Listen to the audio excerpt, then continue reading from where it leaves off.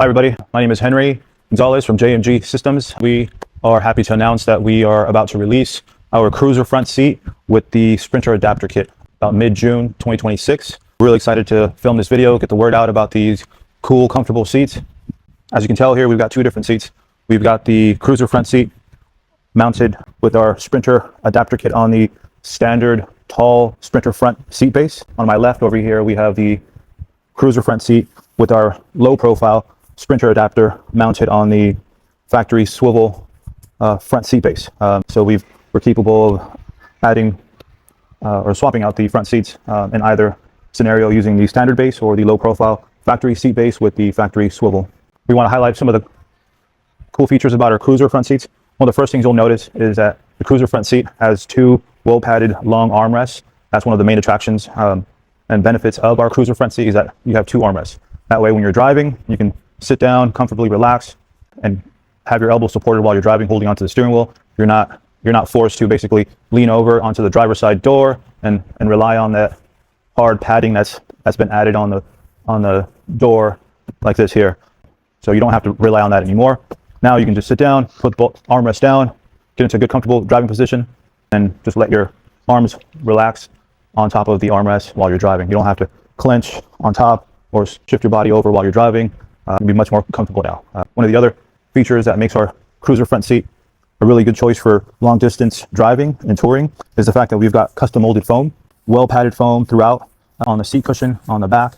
The seat is very well padded. In addition to that, we've got a nice layer of springs below the seat. That just adds to the overall comfort and durability of the seat itself. Some of the factory seats have just a little bit of padding. Below that padding, they'll have just a metal sheet pan. Regardless of how fancy or nice the foam is, the foam always compresses under your natural body weight. So usually the heavier you are, the faster that foam compresses. Once that foam compresses, you're essentially going to be riding on whatever is underneath that foam. And in most scenarios, it's just going to be a hard sheet pan or plastic bracket that's located directly underneath the driver's seat or the passenger seat. We don't have that issue in our seat because we've got one nice thick plush foam and we've got a nice layer of springs underneath that foam that always basically stay compliant regardless of how much that foam has been compressed, whether under your own body weight or just from duration of sitting down on long road trip. You're going to be really comfortable with this front seat. Outside of that, other things that we've done to the cruiser front seat to help make this seat very comfortable is the fact that you'll notice that the side profile seat follows the natural curvature of your back.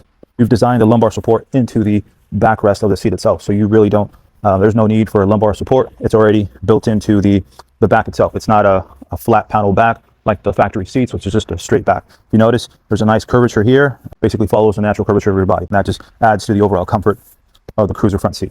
Another thing that you'll notice here is you've got a nice plush 20-inch wide seat cushion that's well padded, well contoured, not overly bolstered, well contoured to aid in comfort on those long road trips.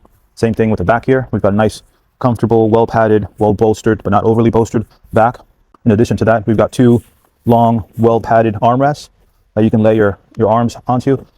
Regardless of how much pressure you put on there, you're not going to feel like a hard plastic or hard metal structure under there because these arms are very well padded. So you're just going to feel nice plush foam. Another benefit of the cruiser is the fact that we've got a well padded headrest that is also adjustable.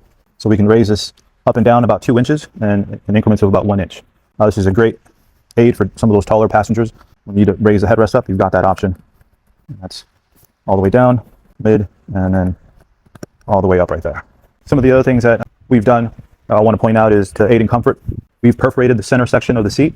This basically helps with driving comfort on those hot, muggy days. Basically, by perforating the center section of the seat and the back, it just allows your perspiration to breathe in and out of your clothes and the seat. It'll get absorbed into the seat itself, and when you exit the van, basically that moisture just gets evaporated out of the seat. So it's not like it soaks into the seat. It just gives the perspiration that your body naturally relieves on those hot, muggy days somewhere else to go and doesn't stick to you, just adding to that overall level of discomfort.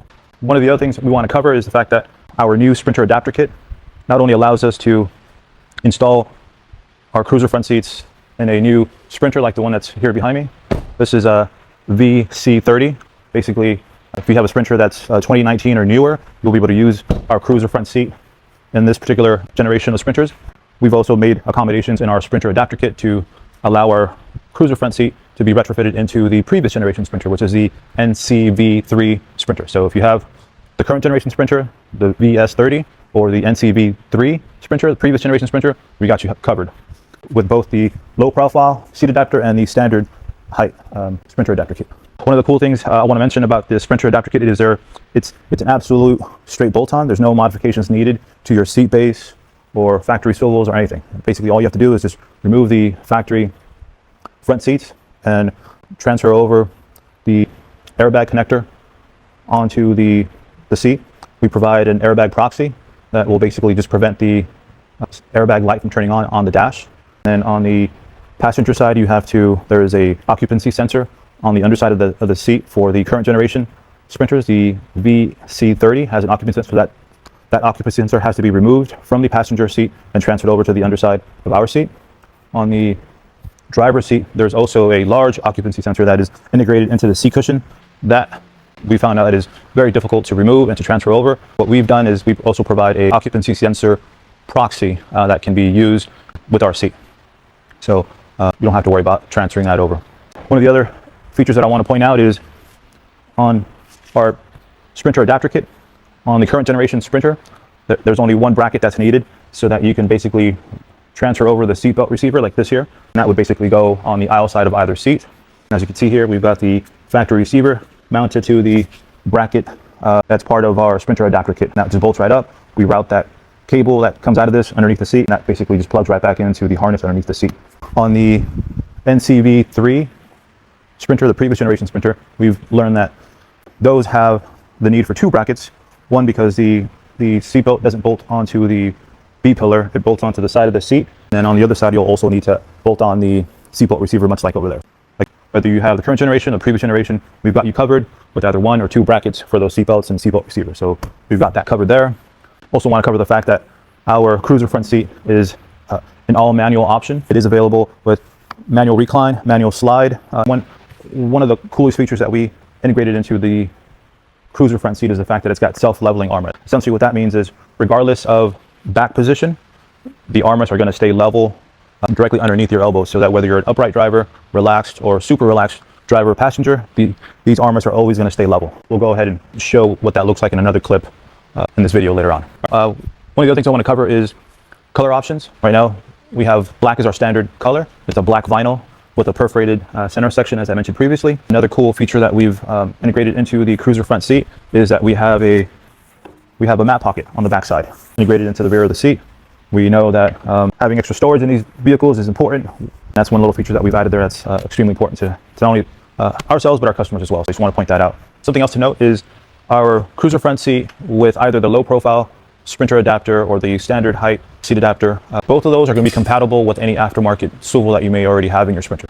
Essentially, if you have a third-party aftermarket swivel that fits in between the factory seat base and the factory seat, that swivel will be compatible with either of our Sprinter seat adapters. Just keep in mind that the overall height of our seat will be raised up by however tall that swivel may be. So if that swivel is 3/4 of an inch or 2 inches, that's how much taller the seat is going to be, just like the factory seat. Since we're talking about seat height, I'm also really excited to point out that with the low profile seat adapter that we originally came up used with aftermarket swivels, we could also use the low profile seat adapter with either the factory swivel or the standard seat height to get the cruiser front seat height about 1.25 inches lower than the standard factory height. This is a big plus for those folks who may be vertically challenged, because one of the biggest complaints that we've heard when we go to some of these adventure van shows and gatherings is that a lot of folks who are vertically challenged don't like how tall the front seats sit, especially in the passenger side. Anyone who's 5'2" or shorter, they always complain about the fact that their feet are dangling and they can't touch the floor. They want something more comfortable, preferably something more a little lower, so they can get their feet planted firmly on the floor. We've gone ahead and started using our low profile seat adapter on the standard base and the factory base with the swivel to get the seat down about 1.25 inches, like what we've done here. Later in the video, we'll have someone sit down and kind of demonstrate how they fit in this seat, which is lower, versus the standard height seat arrangement on the driver's side. Next, we want to showcase how the cruiser front seat and the Sprinter adapter kit works seamlessly with the factory low profile seat base and the factory swivel. We've already got that mounted here in place.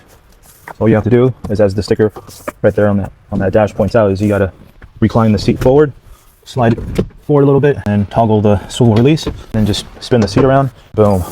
You're in lounge mode now. So you can just sit down, slide the seat back and pull the armrest down and hang out in the van comfortably. Now you've got a very comfortable captain chair, as you can see, with 2 armrests that you can enjoy inside your van. So when you get to your campsite, you can spin it around, hang out. Now you've just basically expanded your usable area inside the van by spinning that seat around. Now you don't have the back, you don't have a partition or a wall that's limiting access into the cabin. Compare that setup versus this. Having a factory swivel or an aftermarket swivel makes a significant difference, because usually this is what your usable space would finish up at. This is where it looks like when you spin the front seat around. Now you can hang out, take advantage of your setup that you have in your van. You have 2 comfortable armrests to enjoy and hang out. You can set up a lagoon table here, have some drinks, hang out, spin the other seat around. Now you've got 2 very comfortable captain chairs that you can use to hang out with your friends and family. It's just that easy. You can tell that the cruiser front seat with either the low profile seat adapter or the standard seat adapter can be set up and used easily, whether you have a standard seat height or in this case the low front seat with the factory swivels. It's a great addition. If you notice, cruiser front seats look great, make a great addition to the Sprinter. The cruiser front seats look right at home in the Sprinter front cabin, because the front cabin of the Sprinter is all black. We've chosen a black vinyl that plays very well with the front cab of the Sprinter. This looks pretty seamless and well suited for the interior of the Sprinter. Previously, I just kind of showed how the cruiser front seat integrates seamlessly into the front area of the Sprinter using our Sprinter adapter kit. On the passenger side here, this seat is set up to be about 1.25 inches lower than the factory seat height. This is a great addition for some of those folks out there who might be a little vertically challenged, I like to say, who are tired of having their feet dangling when facing forward, especially when you're turned around. I'm about 5'8", 5'9" on a good day. I can sit on this seat turned around with my feet firmly flat. This passenger front seat has been set up to be about 1.25 inches lower for the owner of this van, because his wife is about 5'2". The owner of this van is about 6'2", so he wanted the standard height on this one. This is just basically standard height. I just want to kind of showcase that staggered setup there, which is great for a lot of couples out there who run into the similar scenario. One other thing I want to talk about is heaters. Heaters is an option with the cruiser. We can add heating to the center section of the cruiser front seats. We provide a pigtail and a 3-position toggle switch that can be integrated into the side of the factory seat base. You will have to tap into a conditional power source there, because at the moment we have not figured out how to take advantage of the factory heater controls if your van already has heaters. So we'll provide the seat with heaters if that's an option you want to upgrade to. It'll come with a pigtail, so you can connect that pigtail to a conditional 12-volt power source underneath the seat. 3-position toggle switch. There's basically 3 positions for off, high, and low. And that can be added onto the side of the base on the front section there, so you can just reach down, toggle it on, off, or low as needed. Just wanted to point that out as well. Basically what I want to do now is just demonstrate how our armrests work while you're driving or sitting in the passenger seat. When I say we have self-leveling armrests, it basically means that the armrest stays horizontal regardless of back position, so I'll demonstrate that right now. Whether you're an upright driver like this, you'll notice that my hands are on the steering wheel, both my elbows are firmly planted on the armrest. So that's a good, comfortable, upright position if you happen to be an upright driver. Next, I'll recline it a little further back. You'll notice that now I'm further back, a little more relaxed. My armrests are still level. I'm still able to plant my arms on the armrest and reach the steering wheel. If I go back even further for a super relaxed position, armrests, again, they adjust, they stay level. I can still plant my arms firmly on the armrest and reach the armrest if I wanted to recline this much, or if I was on the passenger side and want to take a quick power nap, you can slam these things back pretty far and just knock out, take a little nap, and know that your arms are supported. Your arms aren't going to be pointed up.